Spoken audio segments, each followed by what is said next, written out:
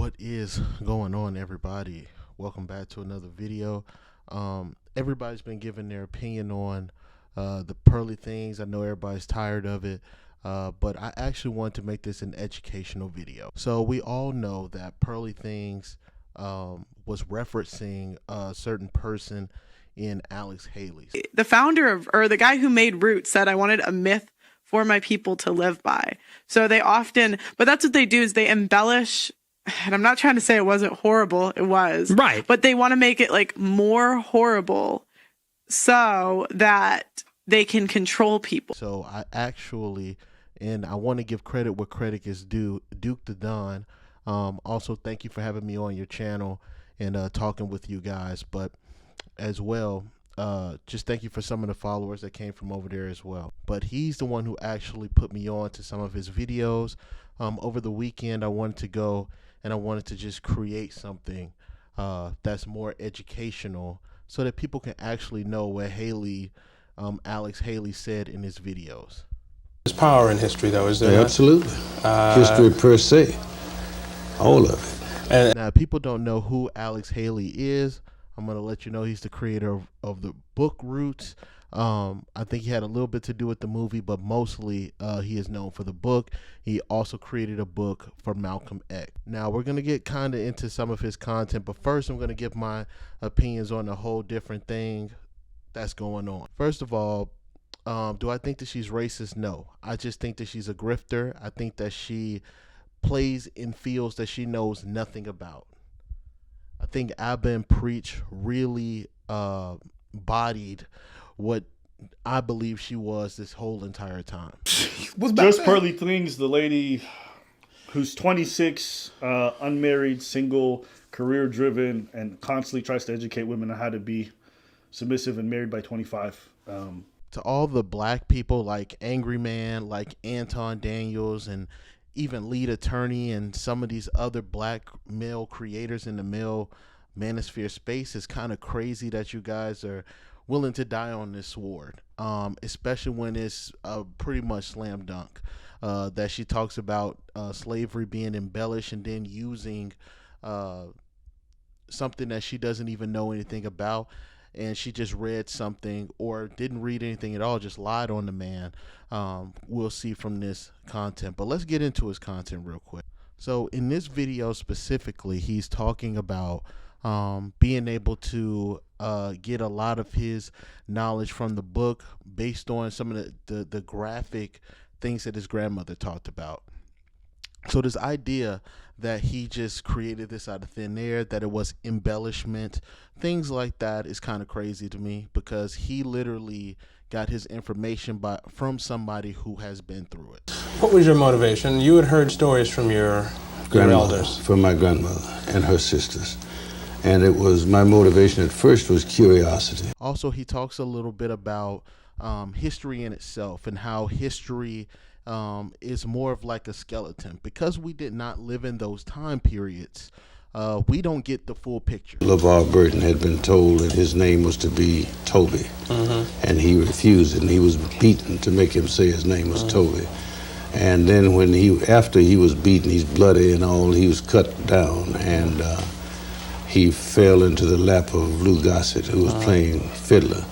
And the emotion of that scene was the most gripping thing I think we witnessed. That was the dramatization. How much of that actually was recounted to you? I mean, was there a lot of interweaving story, a lot of leeway given in the storytelling? Oh, you're talking about in the book or the film? Well, that your family passed down. I mean, how much well, detail what my family passed down was, at best, a skeleton. That's all you could expect of family. What a lot of it, I thought maybe you were going to ask, and maybe you are in another way, is how much of the book is fact and how much is fiction. Well, a whole lot of it's fiction. Just like any history book you get, a whole lot of it's fiction. And I say that in a sense, how the hell do I know what Chicken George said 200 years ago? What you do is you research the time, the area, the people, the climate, the atmosphere, and you make up dialogue as best you can that seems to fit those things which you are able to research. Nobody can write accurately about what happened when he or she was not present.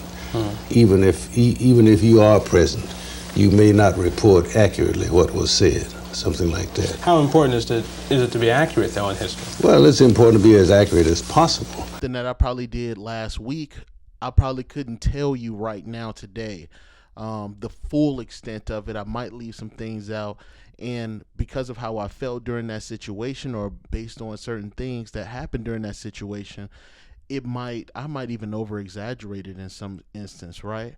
Does that mean that it was embellished? Absolutely not. It means that because history is a skeleton and we are adding to that history, or we're trying to replay something that has happened within our past based on our emotions and how we felt about that, might get overplayed. Also, the fact that this is just a movie. Black people do not use Roots as the end all be all. Nor do we use movies. We use scholarly journals. We use there's actual journals out there and actual textbooks that also defend the fact that, slavery was that bad for black people. There was a lot of things when he talked about like textbooks. Let's be real. We learned surface level stuff about this the Atlantic trade, the transatlantic trade. We learned just a little bit. We scratched the surface. Most of our history books don't go into full depth of what went on during slavery. There's 250 undocumented wars that went on during slavery, where slaves actually rose up against their slave masters. That's not talked about in books. The only one that we hear about is Nat Turner. That's the more famous one, right? We talk about like civil rights movements and things like that. They don't talk about more of the smaller ends of it, more so than they talk about maybe Martin Luther King, Rosa Parks, things like that, right? So that's not an embellishment. That's the notarize that, we don't really know the full extent of history. I didn't hear about the lynchings of I forgot. I think it's the Montgomery bus rider. If I'm mistaken, correct me in the comment section. You also can write in the comment section where they pull people off of buses to stop them from voting. Right, like that happened. A lot of that stuff is not talked about in our textbooks. There's other history books to talk. A lot of us didn't even learn about Black Wall Street. We didn't know nothing about the Tulsa bombings.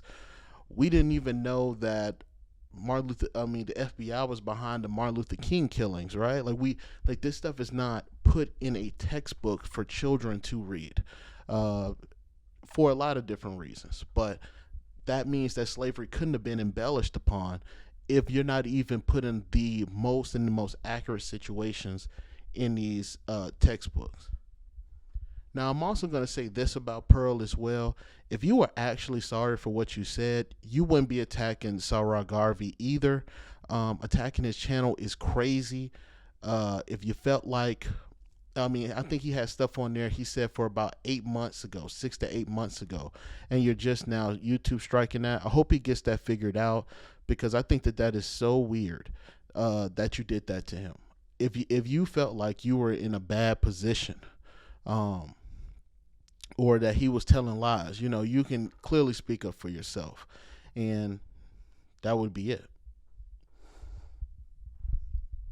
But I just wanted to give y'all a little bit of a taste of kind of what Alex Haley was saying in his interviews, and how the way that Pearl makes it seem is as if this man didn't go do his research. He literally goes to the village.